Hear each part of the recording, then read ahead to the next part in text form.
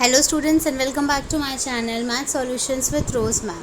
और आज की जो हमारी वर्कशीट आपको स्क्रीन पे दिखाई दे रही है क्लास 8th की गणित की वर्कशीट नंबर 10, जिसकी डेट है 23 अगस्त 2021। और जो टॉपिक है हमारा वो है वर्ग और वर्गमूल। तो टॉपिक शुरू करने से पहले अगर बच्चों अभी तक आप लोगों ने चैनल को सब्सक्राइब नहीं किया है, प्लीज़ चैनल को सब्सक्राइब कर दीजिए और बेल आइकन को भी प्रेस कर दीजिए। चलिए स्टार्ट करते हैं आज की वर्कशीट। दी गई आकृति एक खिलौने की है जिसमें 5 ब्लॉक हैं, 1 2 3 4 5। इन ब्लॉक को एक के ऊपर एक रखा गया है। प्रत्येक ब्लॉक बराबर हिस्सों में बटा हुआ है। मुझे इन ब्लॉक में एक पैटर्न दिखाई दिया है जिसे मैंने लिख दिया है। ये देखिए, आगे का पैटर्न आप पूरा कीजिए। ये देखिए,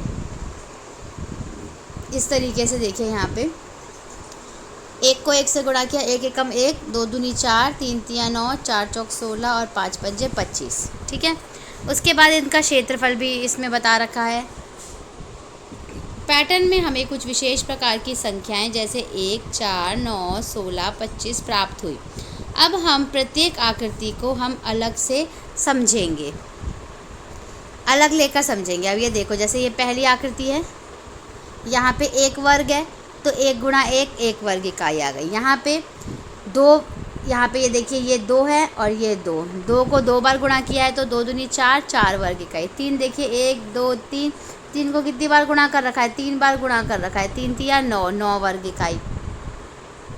आगे देखिए 4 और ये 4 वाला 1 2 3 4, 4 को कितनी बार गुणा कर रखा है, 4 बार, 4 चौक 16 वर्ग इकाई।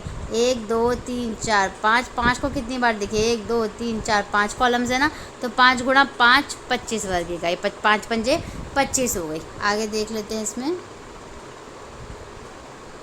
ये देखिए, ये आपको वर्ग संख्या दी हुई है, ये विस्तारित रूप दिया हुआ है, ये घातांकीय रूप दिया हुआ है और ये वर्ग का क्षेत्रफल। तो वर्ग संख्या है आपकी एक एकम एक, इसको हम 1 का स्क्वायर भी कह सकते हैं और 1 वर्ग इकाई भी।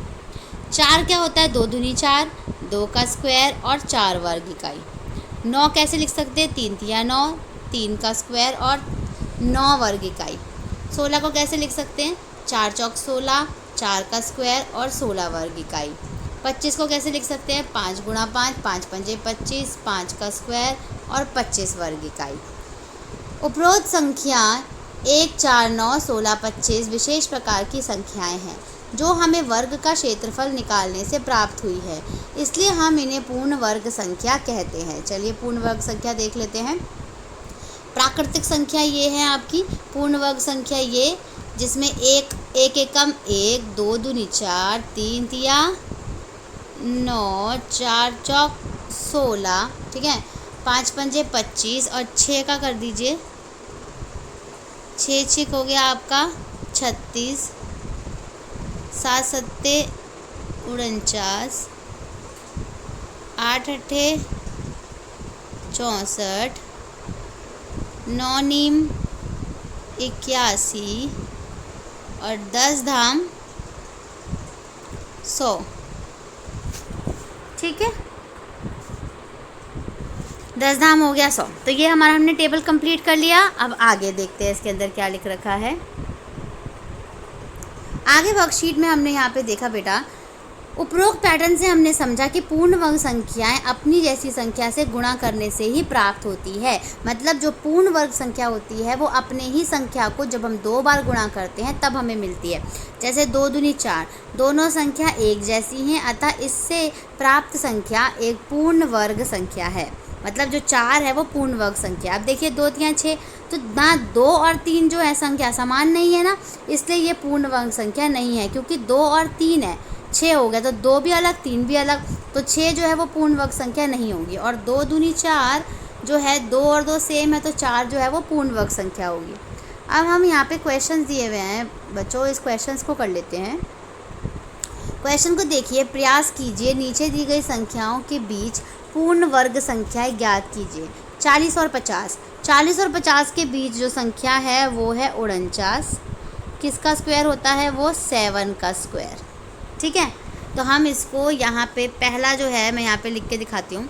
पहला है 49, 49 को हम लिख सकते हैं 7 गुणा 7 और 7 का स्क्वायर। दूसरा 60 और 70 के बीच में 64 होती है, 8 अठे 64 और 8 का स्क्वायर। ठीक है, यहाँ पे भी लिख सकते हो 64 बराबर 8 का स्क्वायर। 70 और 80 के बीच में, 70 और 80 के बीच में बच्चों कोई भी संख्या नहीं होती, तो यहाँ पर आ जाएगा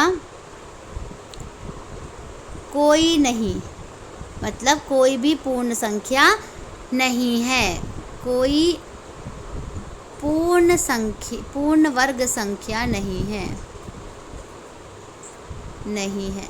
ठीक है, चौथा देखिए, चौथा है आपका 80 और 90 के बीच में होता है 81, और 81 किसका स्क्वायर होता है 9 का, तो 81 बराबर 9 गुणा 9 बराबर 9 का स्क्वायर। ठीक है, 4 हो गए। अब पांचवा देखिए, 90 और 100 के बीच में क्या होता है 100 ही होता है, किसका स्क्वायर होता है 100, 10 का स्क्वायर होता है। तो यहाँ पे हम लिखेंगे पांचवा 100 बराबर 10 गुणा 10, 10 धाम 100 और 10 का स्क्वायर। तो इसी के साथ बच्चों आपकी आज की वर्कशीट यहाँ पे कंप्लीट होती है। Thank you students for watching this full video. तो फिर मिलेंगे बच्चों नई वीडियो में नई वर्कशीट के साथ। अगर आपको वीडियो पसंद आया है तो प्लीज़ वीडियो को लाइक ज़रूर कर दीजिए और चैनल को सब्सक्राइब ज़रूर कर दीजिए। Thank you again.